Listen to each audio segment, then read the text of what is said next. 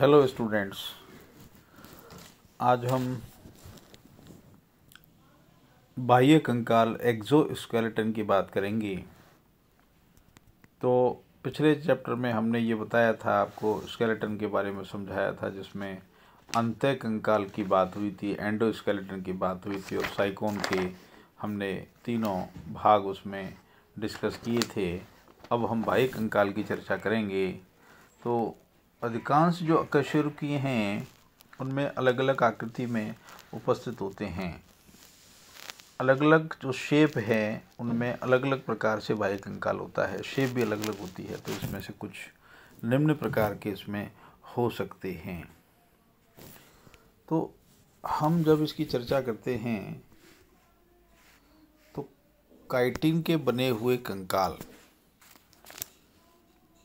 पेलिमोन और ऑर्थ्रोपोडा में ये होते हैं। प्रोन या पोलिमोन संघ ऑर्थ्रोपोडा के क्रस्टेशिया का जंतु हैं। ये इसमें स्पष्ट हो रहा है कि प्रोन जो होता है, पेलिमोन जो होता है, संघ ऑर्थ्रोपोडा के क्रस्टेशिया का जंतु, और इसमें बाह्य कंकाल काइटिन का बना होता है। काइटिन पदार्थ का बना होता है और एक जटिल पॉलीसेकेराइड की बनी होती हैं।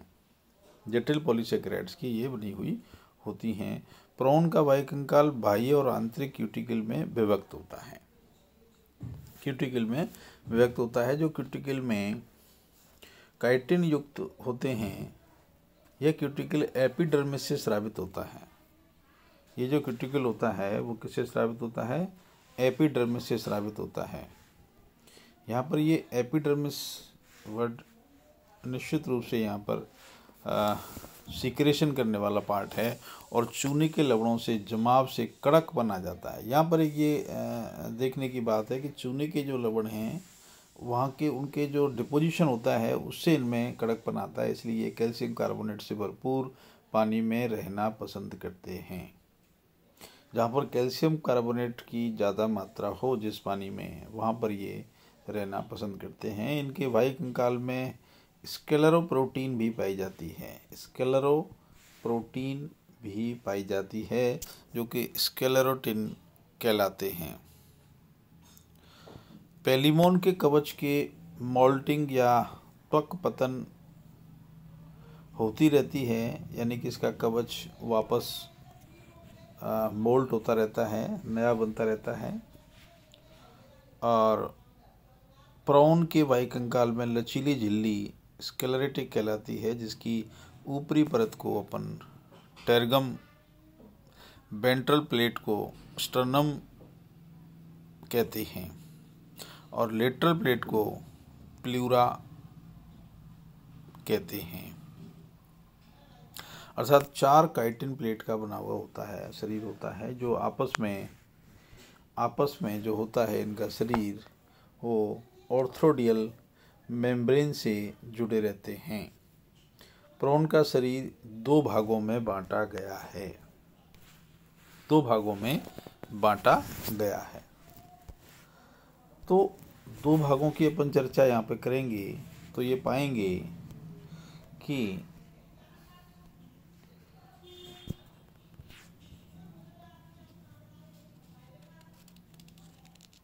सिरोबक्ष वाले सेफेलोथोरक्स और एब्डोमेन।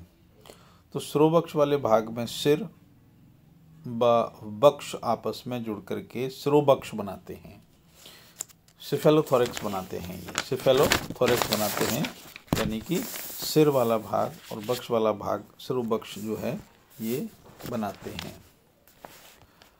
और इसमें कुल 13 खंड होते हैं। 13 इसमें जो होते हैं वो खंड होते हैं।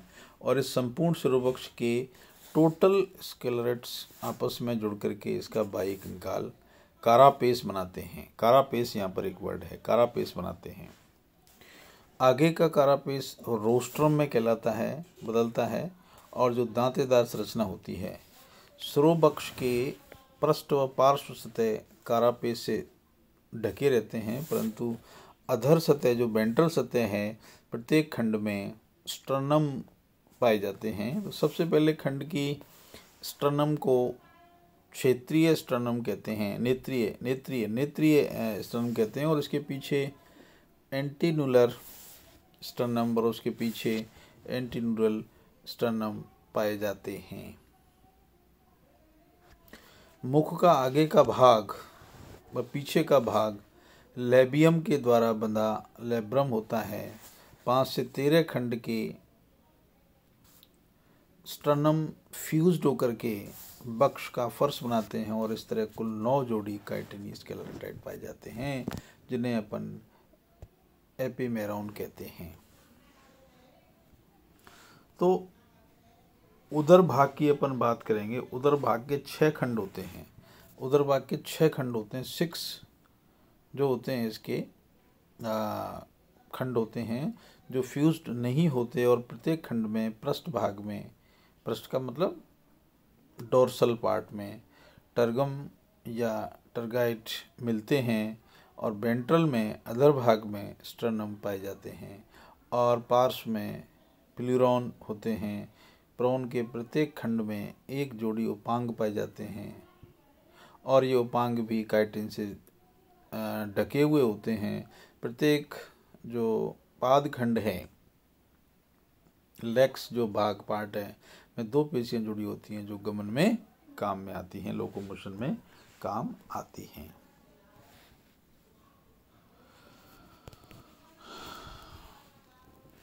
इसके बाद में हम चर्चा इसकी कर सकते हैं, कैलकेरियस एंड कोरल्स की बात अपन कर सकते हैं।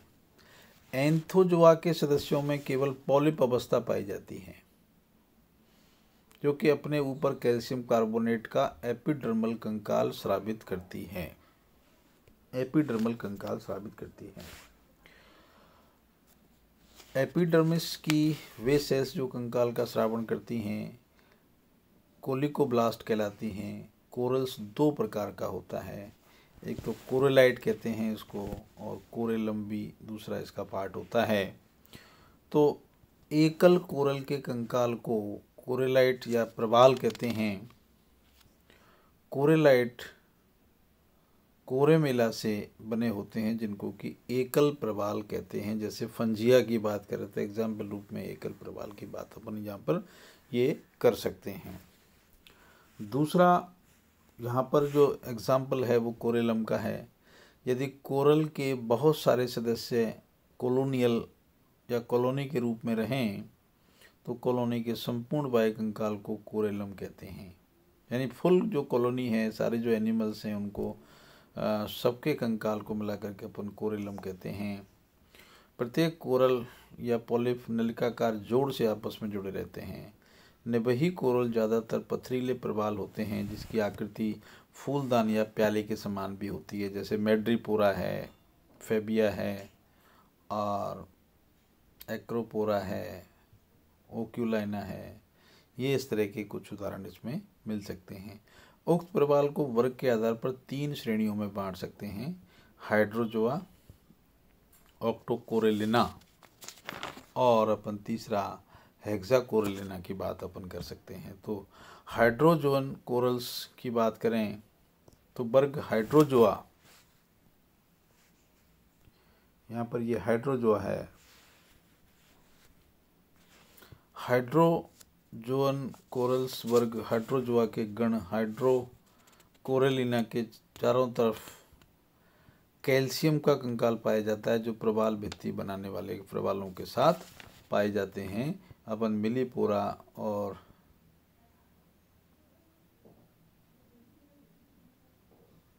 मिलीपोरा का उदाहरण इसमें दे सकते हैं।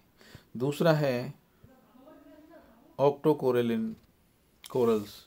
एंथोजोआ के उपवर्ग ऑक्टोकोरेलिना में कई प्रकार के प्रवाल शामिल होते हैं। एग्जाम्पल एल्सायोनियम है, डेड मैन फिंगर भी कहते हैं इसको, ट्यूबिपोरा है, ऑर्गन पाइप इसको अपन कह सकते हैं। लोहे के लवणों के कारण इसका रंग रेड होता है। कुछ हेलियोपोरा नीले प्रवाल के नाम से भी जाने जाते हैं, नीले प्रवाल के रूप में भी जाने जाते हैं। सी फैन जैसे गोर्गोनिया में हॉर्नी जो कोरल्स है वो पाए जाते हैं। नेक्स्ट की अपन चर्चा कर सकते हैं तो अपन ये देखेंगे कि हेक्साकोरेलिना की बात अपन कर सकते हैं। तो गण मैड्रीपोरा के सदस्य वास्तविक प्रवाल या पथरीले प्रवाल बनाते हैं जिनमें अधिकांश कॉलोनियल होते हैं और ये सब मिलकर के कोरल रीफ का निर्माण करते हैं। हेक्साकोरेलिना से अपन कोरल रीफ का निर्माण भी इसमें देखने को मिलता है। तो इस प्रकार हमने ये देखा कि कंकाल के इन्वर्टिब्रेट्स में कई प्रकार से बांटा गया है। Thank you.